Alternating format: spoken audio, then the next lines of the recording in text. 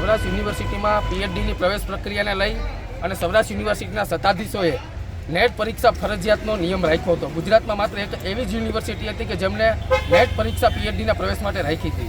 યુનિવર્સિટીના મનગણત નિર્ણયના કારણે માત્ર 80% સીટો ખાલી રહી છે અને માત્ર 20% સીટો ભરાણી છે. માત્ર 55% એડમિશન ભરાતા જે સૌરાષ્ટ્રના અને ગુજરાતના વિદ્યાર્થીઓ છે તેમને પ્રવેશ નહોતો મળવા. એટલે અમે 2 દિવસ અગાઉ કુલપતિ સાહેબને રજૂઆત કરી હતી કે જેમને યુનિવર્સિટીમાં આપણી જ યુનિવર્સિટીમાં પ્રવેશ પરીક્ષા આપેલી છે વિદ્યાર્થીઓને પ્રવેશ આપવો જોઈએ. કારણ કે ખાનગી યુનિવર્સિટીમાં કોઈ ગરીબ પરિવારનો વિદ્યાર્થી પીએચડી કરે તો 5 થી 6 લાખ રૂપિયા જોઈએ.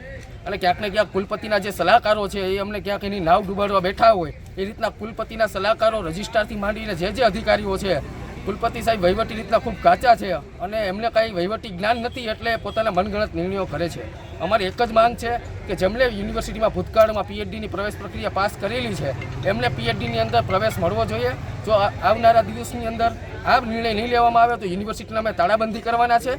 અને ક્યાંક ને ક્યાંક સૌરાષ્ટ્ર યુનિવર્સિટીના કુલપતિ એ સંઘના ઇશારે અને એબીવીપીના ઇશારે ચાલતા હોય એનો અમારો સખ્ત વિરોધ છે. વિદ્યાર્થીઓને કોઈ પણ સંજોગે ન્યાય મળે એના માટે આજે અમે ઉગ્ર વિરોધ પ્રદર્શન કરવાના છે. અમારી માંગ નહીં સ્વીકારે ત્યાં સુધી અમે ધરણાઈ કરવાના છે અને જરૂર પડીએ યુનિવર્સિટીને તાળાબંધી કરવાના છે. ઓકે.